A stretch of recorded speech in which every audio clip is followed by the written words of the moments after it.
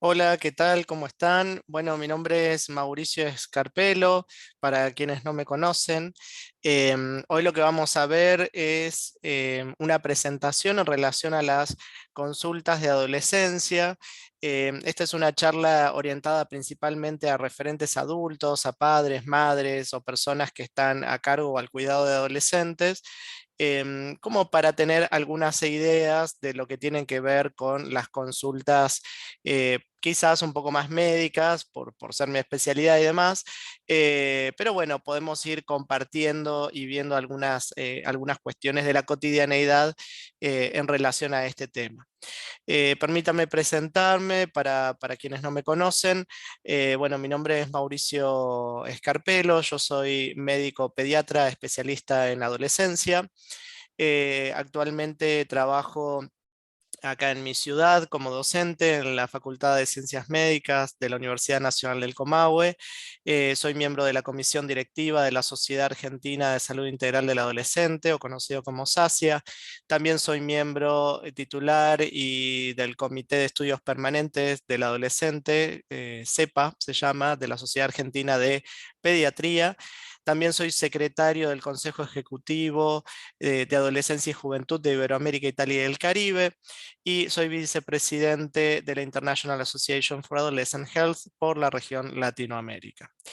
Bueno, un poco empezando con todos los temas de las consultas, vamos a ir arrancando. Em, Vamos a conversar de algunas cuestiones del concepto de adolescencia, del marco legal que hace a la atención de adolescentes, algunas cuestiones propias de la consulta de adolescencia, el apto físico, ¿no? Algo que suelen ir bastante frecuentemente al consultorio, de las consultas deportológicas, algunos motivos de consulta frecuentes relacionados a la pubertad, alimentación u otros temas, y un cierre de la charla en general. Bueno, hablando primero un poco de lo que es el concepto de adolescencia. Sabemos que la adolescencia es el periodo de crecimiento y desarrollo humano que se produce después de la niñez y antes de la edad adulta. Esto entre los 10 y los 19 años, y es lo que nos dice la Organización Mundial de la Salud. Este término y estas edades son edades que son adoptadas por muchas organizaciones a nivel internacional y mundial. Y cuando uno piensa en los 10 y los 19 años, dice, uy, pero qué corte tan tajante, ¿no? Como para decir, acá empieza y acá termina. Pero bueno, nos sirve a la hora de organizar políticas públicas o cuando estamos hablando, no sé, de temas como embarazo adolescente y demás, saber de qué, entre qué edades estamos hablando. Para eso nos sirve. Sin embargo, al interior de la consulta, hay pacientes de 10 años o de 19 que están más infantilizados o más adultizados según las edades, pero en líneas generales tratamos entre todos de acordar de que esa es la edad de la adolescencia. Por otro lado, la juventud, que también se habla mucho, es la edad que va entre los 15 y los 24 años para la Organización Mundial de la Salud. Uno de los términos que también manejamos es el término de las adolescencias, ¿no? Pensando un poco a las adolescencias como las distintas maneras de vivir la adolescencia, ¿no? Por ejemplo, hay pacientes que viven en pueblos rurales o grandes ciudades, metrópolis, adolescentes que son madres o padres adolescentes, adolescentes que están institucionalizados, que están en situación de calle. Cada uno de ellos vive por o transita situaciones muy particulares y, digamos, y su forma de vivenciarla es desde ese punto, y comprender que hay distintas maneras de vivir la adolescencia es importante a la hora de abordar lo que les pueda estar sucediendo, por ejemplo. ¿De dónde viene la palabra adolescente? Adolescente viene de la palabra en latín adolescens o adolescentis, y significa que está en periodo de crecimiento, que está creciendo o que está madurando, ¿sí? Algunas personas lo confunden con dolecer, ¿sí? Porque dolecer es enfermar o padecer o tener, ¿sí? Eh, pero bueno, ahí está diferente a la palabra adolescente, ¿sí? Son palabras homónimas, son parecidas, pero tienen un significado distinto. Adolescente viene más de la palabra del crecer. Acá a nivel Argentina, y esto bueno, puede ser que varíe en otros países, nos regimos por este marco legal. El marco legal habla de todo lo que tiene que ver con lo que pueden o no decidir según las edades que tienen los adolescentes. Todo esto está enmarcado inicialmente en lo que es la Convención Internacional de los Derechos del Niño. Esto es una convención que está adoptada por muchos países y cada país lo adecua y lo adapta un poco a su idiosincrasia, sus normativas y demás. En nuestro caso está incorporado en la Constitución Nacional y después tenemos las leyes que amplían estos derechos y que los garantizan. Esto significa que tenemos para niño y adolescente, para la ley es cualquier sujeto o persona menor de 18 años. Entonces esto significa que los derechos y los intereses de niños y adolescentes están por encima del, por ahí, interés adulto, ¿sí? Sobre todo cuando estos derechos se entrecruzan, hay que optar siempre y priorizar por los de los niños y adolescentes. Ahora bien, esto es un tema y tiene que ver, ¿no? Con como cuando muchas veces dicen, no, yo soy el padre o la madre y yo decido por mi hijo. En realidad pueden acompañar esas decisiones, ¿sí? Pero la idea es que ellos puedan ser autónomos en relación a estas decisiones. Pero estas decisiones pueden ser, y en algunas edades tienen que ser acompañadas por adultos. Por ejemplo, hasta los 13 años brindan su consentimiento con asistencia. Debe considerarse el interés superior y su autonomía progresiva. Es decir, que hasta los 13 años sería conveniente acompañar a los adolescentes cuando haya que tomar alguna decisión, por ejemplo, en materia de su salud. Ahora, cuando tienen entre 13 y 16, puede consentir toda práctica que no implique un riesgo grave para su salud o su vida. Por ejemplo, si hay que hacer una sutura, ¿sí? Porque se cortó y hay que hacer una sutura en su piel, si uno explica por qué hay que hacerlo, cuáles son las posibles consecuencias, si puede generar dolor, digamos, todo este tipo de cosas se pueden conversar con los adolescentes y no necesariamente se requiere de la presencia de los padres para, por ejemplo, consentir esa práctica o para hacer una solicitud de HIV o para prescribir anticonceptivos. Entonces, simplemente con el consentimiento de los adolescentes basta. Y para mayores de 16 años se considera que tienen capacidad plena para para las decisiones sobre el cuidado del propio cuerpo como persona adulta, es decir, que ya pueden consentir cualquier tipo de práctica en relación a su salud, desde luego con toda la información pertinente y demás. Como verán, del lado derecho hay varias leyes que podrán ver escritas que un poco amplían y fundamentan distintos alcances en relación, bueno, a lo que cada una de esas leyes tratan o abordan, y son inclusivas para menores de edad, incluyendo niños y adolescentes, niños, niñas y adolescentes.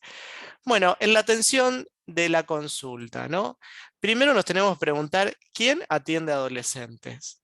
¿Quién va a atender? Bueno, pueden ser médicos, pero no necesariamente. También tenemos psicólogos, trabajadores sociales, tenemos psicopedagogos, fonoaudiólogos, psicoterapeutas, bueno, infinidad de profesiones que pueden atender a adolescentes.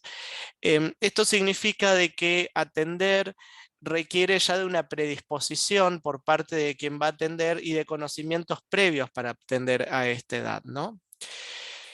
Esto del quien atiende implica que tenga que tener conocimientos en crecimiento y desarrollo, ¿sí? Porque para atender adolescentes hay que conocer esta edad, ¿sí? Entonces, ¿cuándo consultar con un médico de adolescentes? ¿Cuándo ir con un especialista en adolescencia? Porque bueno, si bien en muchos países y en muchos lugares tenemos a los médicos o médicos clínicos, ¿no? Los médicos de adultos, pero el médico de adultos es médico de adultos, no de adolescentes, ¿sí? Ve pacientes mayores de edad, mayores de 18 años, y es muy distinta la mirada del adolescente, porque la mirada de la adolescencia viene desde el crecimiento y desarrollo, es decir, hay toda una historia familiar y además están creciendo, es decir, que hay muchas cosas por ver todavía en relación a su crecimiento. Por eso hay que estar formado en crecimiento y desarrollo. En este sentido, desde la parte médica, lo conveniente es que sean vistos por pediatras, ¿sí? O en su defecto, en algunos lugares donde no hay pediatras, por médicos generalistas o médicos familiares que tienen formación suficiente como para ver o atender adolescentes, ¿sí? Ahora, ¿cuándo consultar con un especialista? Muchas veces hay muchas de las consultas en relación a la adolescencia que son tan específicas que requieren de, digamos, un profesional idóneo que se haya capacitado exclusivamente en abordajes específicos. Algunos de estos a veces pueden ser los trastornos de la conducta alimentaria, el consumo de drogas, violencia familiar, abuso sexual, problemas escolares, fracaso escolar, adolescentes con patologías crónicas, ¿no? Que requieren ya el pasaje a los médicos de adultos y hay que hacer todo lo que es la transición, cuestiones en relación a la diversidad, hormonización, por ejemplo, en diversidad o en pacientes trans. Entonces, bueno, realmente tenemos una gama muy amplia. A veces son los propios pacientes que eligen tratarse con médicos adolescentes, hay veces que los pediatras los derivan y no necesariamente esto puede ocurrir porque lo importante es que los pacientes se sientan cómodos con sus médicos de cabecera, es decir, que si están habitualmente con su pediatra, por ejemplo, y se sienten cómodos, pueden seguir atendiéndolos tranquilamente, ¿sí? Así que bueno, esta es una de las cosas que debemos conocer. Otra de las preguntas y muy frecuentes que me hacen es si pueden ir solos o solas o quién va a la consulta. Recuerden que la consulta de adolescentes es para adolescentes, no es para padres, porque es muy frecuente de ver de que aparezcan los padres, quieran hablar o a veces van solos para ver cómo es. El consultorio de adolescencia es un consultorio para adolescentes, ¿sí? Si bien los padres pueden acompañar, pero no son indispensables. Sí, obviamente todo lo que aporten los padres es importante, pero no significa que porque no estén los padres no los vayamos a atender. Justamente es parte del interés superior poder tener atención a la salud y los médicos debemos responder a eso y poder atenderlos. Así que sí pueden ir solos a la consulta y todo lo que queda en el marco de la consulta y sobre todo todo lo que se dice a solas, porque no están, por ejemplo, los papás o porque quizás acompañaron y después se retiraron de la consulta para poder estar en algún momento solos en el consultorio, eso hace que en esos momentos ellos puedan contar muchas de las cuestiones personales que probablemente adelante de los padres no harían.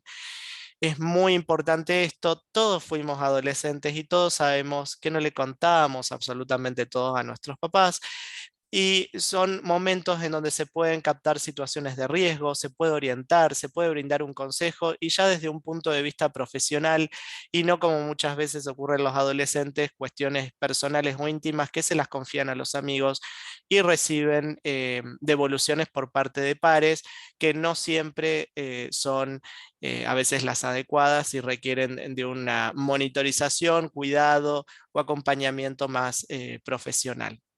Así que bueno, hay que fomentar estos espacios, son sumamente importantes. Bueno, un poco como hablábamos, motivos de derivación de pediatría de adolescencia, esto que comentaba, algunas de las patologías más específicas. Piensen que los médicos de adolescentes tuvimos que estudiar medicina, después, por ejemplo, en mi caso, hice pediatría, ¿sí? 3 años más, y después toda una capacitación postbásica en relación a adolescencia. Así que son muchos años de capacitación. ¿Qué aportamos de diferente el médico adolescente? Es que tenemos un conocimiento específico de la edad. Esto implica que además de todos los conocimientos pediátricos que ya tenemos desde la parte clínica, médica en general, le sumamos aspectos de la interdisciplina y todo lo que hace a la atención, el abordaje y conocimientos básicos en relación a la escucha, de la parte de la psicología, de las intervenciones sociales y demás, que en realidad se basan en un trabajo en equipo e interdisciplinario, porque nadie es dueño de la verdad, sino que esto hay que compartirlo con otros colegas, sobre todo en patologías o situaciones que son complejas y que ameritan un abordaje en equipo. Empezar con un médico de adolescentes, lo que puede significar es que si se captan situaciones contamos con la suficiente habilidad o destreza como para saber con qué profesionales derivar, qué es lo urgente a tratar o cómo podemos hacer un abordaje inicial hasta en tanto se consigan los especialistas que sean necesarios. La consulta más frecuente, el apto físico, ¿sí? Viene para hacerse un control de apto físico. Ahora, apto físico, solo cuando nos lo piden, ¿sí? Solamente cuando dicen del colegio tiene que ir a hacerse el chequeo o el control anual. Bueno, en realidad en la adolescencia se requiere al menos una visita anual, un control anual, ¿sí? De su salud y al menos 2 controles en los momentos anuales, en los momentos de estirón o de empuje puberal, porque son momentos de crecimiento y donde a veces tenemos que evaluar algunos aspectos propios en relación al crecimiento físico, pero también son momentos en donde hay muchos cambios psicosociales y donde pueden surgir muchas cuestiones de riesgo. Entonces es importante en esos momentos poder verlos cada 6 meses. Esto es como de mínima, ¿no? Las consultas cada 6 meses, por ejemplo, entre los 12 o los 14 años principalmente, y después lo que sería las consultas anuales. Bien, vamos a seguir entonces un poquito más. Tenemos con qué frecuencia deben hacerse, esto que comentábamos. ¿Hay que hacer análisis u otros chequeos? Bueno, sí, lo conveniente es que hay algunos estudios que son recomendados hacer, ¿sí? Por ejemplo, al menos un electrocardiograma en toda la adolescencia sería conveniente que tengan. En las chicas después de la menarca de la primera menstruación es conveniente ver que no hayan quedado anémicas, aunque sea un análisis para verificar esto, sobre todo por si venían un tanto anémicas previamente. Una evaluación del perfil lipídico, porque también hay pacientes que vienen con herencias, ¿no? De problemas del metabolismo de las grasas, del colesterol y todas estas cuestiones. Así que esos serían como algunas de las cosas básicas. Y después hay otros tratamientos o chequeos que son condicionados según la situación de cada paciente o si se pesquisa alguna patología en particular. ¿Cómo es la consulta adolescente?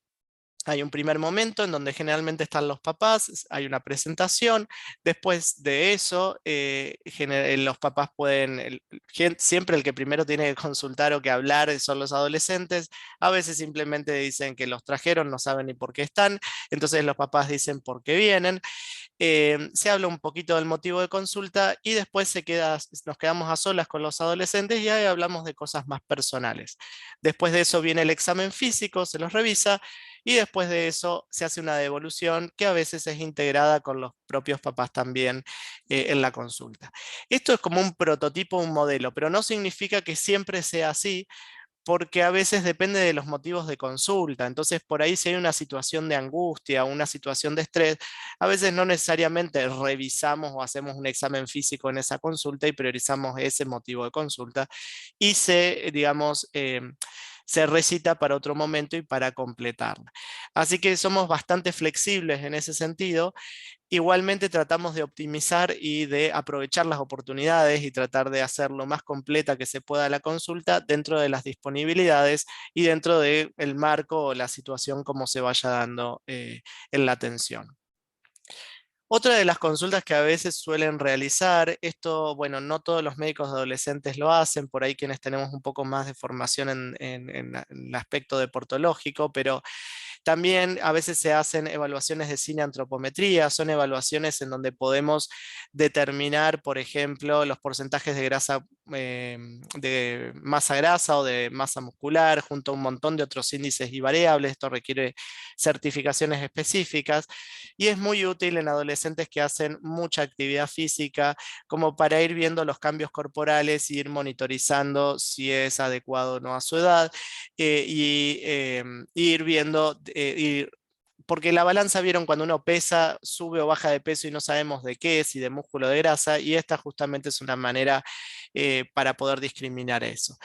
Por el otro lado, también a veces hacemos evaluaciones de la condición física, es decir, son evaluaciones específicas donde podemos ver rendimiento de actividad física en relación a la fuerza, la flexibilidad, la capacidad aeróbica y también comparar estos resultados con otros adolescentes de su misma edad, con estudios científicos que ya se han hecho, como para ver si, por ejemplo, falta fuerza de brazos o requieren mejorar su capacidad aeróbica u otras cuestiones que hacen en las cuestiones físicas. Así que bueno, estas son algunas de las otras evaluaciones que a veces se pueden hacer en el ámbito de la atención para adolescentes.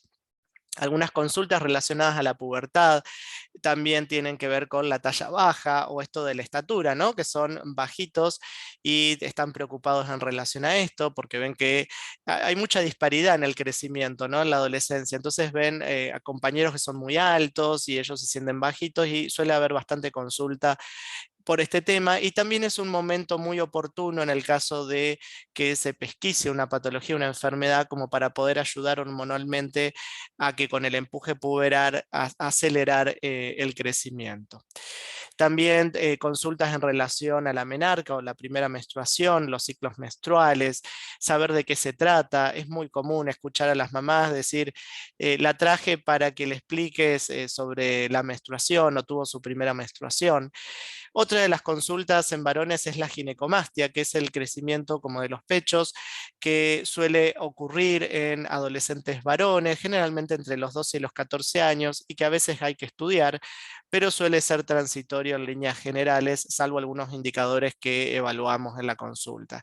Y otras de las tantas consultas pueden ser, por ejemplo, varicocele, como ven ahí en la imagen, que es como ese ensanchamiento de las venas a nivel testicular, que esto se detecta por examen físico, hay que revisar la fimosis, cuando por ejemplo la piel del pene no puede rebatir bien hacia atrás, entonces tenemos que ver si podemos dar algún tipo de crema o algún tipo de otro tratamiento. Hay un montón de consultas y de cuestiones que uno pesquisa a veces en el examen físico que no fueron detectados o que fueron detectados en la etapa pediátrica, pero bueno, quedaron en el olvido y en la etapa de adolescencia ya tenemos que abordar casi que diría urgentemente. Lo que pueden ver ahí también es el orquidómetro, que ven como pequeñas bolitas. Eso nos sirve para ir viendo el grado de maduración del testículo y está dividido en distintas etapas que son muy útiles como para verificar que el crecimiento tanto genital como físico sea acorde a la edad del paciente. Así que bueno, ahí tenemos algunas de las cuestiones que consultan. En relación a la alimentación y a la nutrición, son frecuentes las consultas por temas de obesidad y cómo encarar este tema. Muchos adolescentes han pasado por múltiples nutricionistas, por muchos tratamientos con fracasos. Entonces, bueno, a veces ofrecer una manera de abordar diferente, ver por qué fracasaron estos tratamientos y cómo poder encararlos. Otras consultas muy frecuentes es que no come verduras o algún tipo de restricción específica con la alimentación, descensos de peso o dejó de comer, como es en el caso de los trastornos de la conducta alimentaria, que pueden dejar de comer, como una anorexia o conductas de comer compulsivo, o purgas con vómitos o con ejercicio. También modalidades de alimentación como el vegetarianismo o el veganismo, algunas veces como enmascarados en un trastorno de la conducta alimentaria y otras veces simplemente como una elección de vida o por cuestiones de cuidado a los animales o por otros motivos, entonces requieren como de un seguimiento en relación a este tema. En el caso de los adolescentes varones, también la suplementación deportiva es un motivo de consulta sumamente frecuente para saber si pueden o no tomar suplementos o cómo deben alimentarse. Consultas en relación a algunas habilidades sociales o cuestiones que hacen a este tema. Sedentarismo e inactividad física es lo de hoy. Casi todos los adolescentes o gran parte tienen sedentarismo o inactividad física, están muy poco tiempo haciendo actividad física en el día, predominan el uso de las pantallas, estar sentado o con otro tipo de actividades más pasivas, entonces no se mueven. Entonces tenemos que fomentar un uso responsable de las pantallas, porque más allá de que es una realidad que las pantallas vinieron para quedarse, tenemos que fomentar de que que brinden una utilidad, que tengan un fin educativo, que se pueda aprender algo a través de ellas. Y si bien pueden haber momentos de ocio, ¿sí? O de recreación, tratar de que sean de otro estilo o diferente, que sean con otro tipo de hobbies o pasatiempos que no implican necesariamente las pantallas. El desorden en el sueño es otra de las cuestiones muy frecuentes en adolescencia, sobre todo porque además entre los 12 y los 14 años suele haber un retraso de fase del sueño, es decir, naturalmente les empieza a dar sueño un poco más tarde, pero igualmente lo ideal es que duerman aproximadamente 9 horas en la noche y si eventualmente van a dormir una siesta que no sea mayor a 1 hora. Este desorden del sueño es muy normal encontrarlo y sobre todo en adolescentes de 12, 13 años cuando están en pleno estirón puberal, porque tenemos que recordar que además la hormona de crecimiento se secreta en la noche, así que es un poco un mecanismo del cuerpo tratar de dormir para poder crecer, por eso tienen estos sueños tan pesados y que son tan profundos y difíciles a veces de despertar. Consultas de los padres, me contradice, no tiene paciencia, ¿no? Estas cuestiones del día a día o de la cotidianidad familiar y cuestiones de la subjetividad y cómo se vive en cada familia estos temas. No sale de la casa, está todo el día encerrado o está solo o sola. Temas en relación al fracaso escolar, dificultades con el aprendizaje, con las materias, no tiene amigos, no se está socializando con otros amigos. Entonces, bueno, esos son otros de las consultas frecuentes. En relación a los consumos, tenemos que saber que en adolescencia quizás la palabra adicción, ¿sí? Es bastante poco frecuente, pero sí existen otros tipos de consumos más que la adicción. A veces la adicción es algo, es como el final del cuento, pero anteriormente a la adicción tenemos, por ejemplo, el consumo experimental, probar, ¿sí? Probar una sustancia, el consumo abusivo o excesivo, ocasional, ¿sí? Como es generalmente el del alcohol, donde no hay un consumo diario, por ejemplo, pero hay consumos episódicos excesivos, por ejemplo, los de los fines de semana y que cuando lo hacen consumen en gran cantidad. Em, Consumos habituales, consumos sistemáticos. Estos, obviamente, con el transcurrir del tiempo y muchos de ellos terminan constituyendo una adicción más adelante. Pero generalmente en la adolescencia vemos todas estas primeras etapas. Este consumo de alcohol y drogas van a perturbar, entre otras cosas, el desarrollo cerebral o el neurodesarrollo. Sabemos que el desarrollo cerebral, así como los vemos en los bebés, cuando se ve físicamente, por ejemplo, con todos los hitos madurativos, cuando se sientan, cuando empiezan a caminar, a hablar y demás, en la adolescencia también hay un proceso de mielinización y de maduración que es desde la nuca hacia la región del frente, es decir, occipito frontal, y esto puede verse perturbado por la utilización de sustancias tóxicas.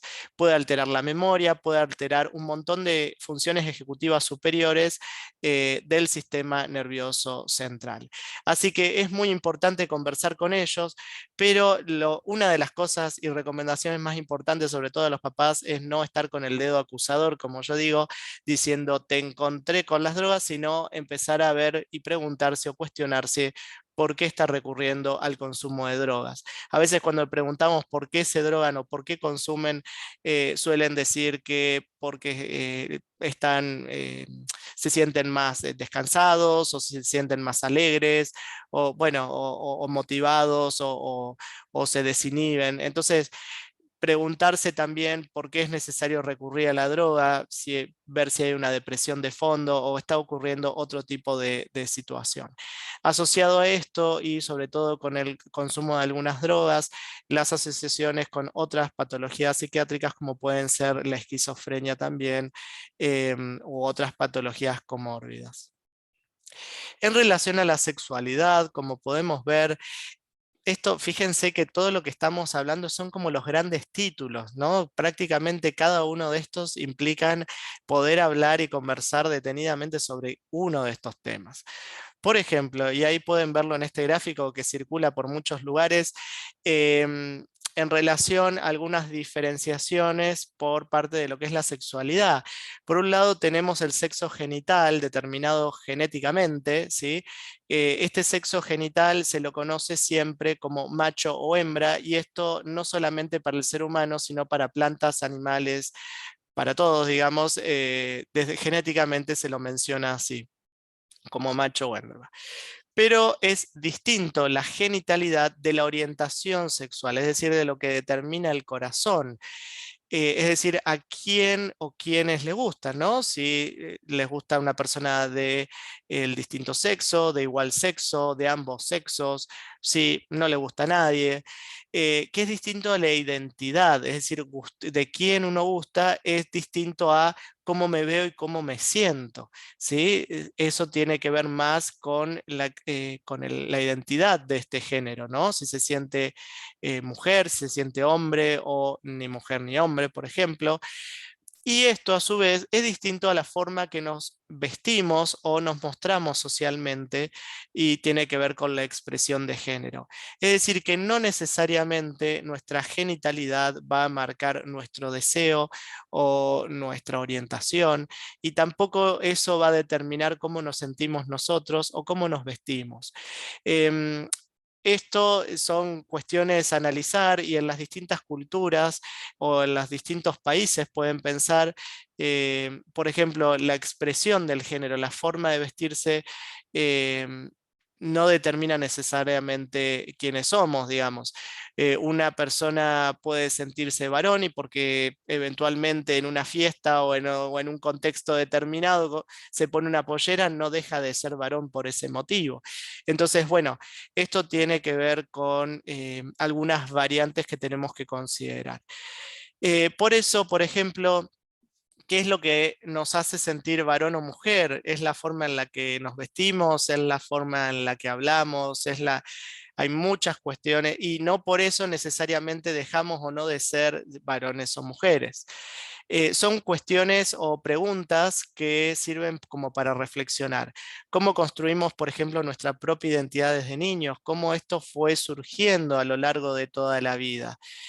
No es que la identidad simplemente de un día para el otro se eligió y decidimos, sino que esto es una cuestión histórica, personal, que lleva a que las personas puedan identificarse con un género determinado. O, por ejemplo, ¿qué es lo que hizo que nos gustaran, por ejemplo, las mujeres o los varones? Esto es muy variable y cada persona podrá decir simplemente me gustaron, y como verán no es una elección, sino que son situaciones que se van dando, y que además la historia personal puede ser que esto mismo fluctúe y que no necesariamente siempre nos gusten solamente un determinado género, por ejemplo. Por eso cada uno es único en su identidad y deseo sexual. Y otra de las consultas que ahí un poco también las puse tienen que ver con la masturbación. También en el caso de los varones con la disfunción eréctil es un motivo de consulta que me suelen hacer a solas, no enfrente de los padres, pero me suelen preguntar por esto. Anticonceptivos o anticoncepción hormonal de emergencia también. Otras de las consultas clínicas tienen que ver con los dolores de cabeza, las cefaleas, dolores abdominales recurrentes, dolores múltiples. Me duele el hombro, me duele el codo, me duele la mano, me duele la cabeza, me duele la cintura. Es muy común y es bastante frecuente en adolescentes, a veces asociado a lesiones o a lo deportivo, pero los dolores múltiples que no están asociados a algo específico es frecuente. El acné, la caspa, problemas posturales, ¿sí? Cifosis, ¿no? Esa conducta jorobada, o también desvíos de la columna tipo escoliosis, las alergias. Bueno, son algunas de las consultas clínicas que podemos escuchar. En relación a la comunicación, vamos a mirar esto, que son unos dibujos interesantes de Tute, que, bueno, yo lo sigo, realmente me gusta mucho. Y, por ejemplo, este dibujo que él hace dice, ¿vos notás tu incapacidad para hacer lo que yo necesito? Interesante esto que dice, sobre todo el mensaje que se le da como padres a los hijos, ¿no? Está bien que esto es una representación distinta, pero eso es algo que se escucha y sobre todo en lo que tiene que ver, por ejemplo, con la orientación vocacional. Fíjense esta situación, dice el chico, está sentado en la cama, dice, tengo un vacío existencial tremendo, ma. Y ella le responde, ¿te preparo un guisito? ¿Los estamos escuchando? ¿Escuchamos lo que nos dicen? ¿Lo tapamos con otras cosas?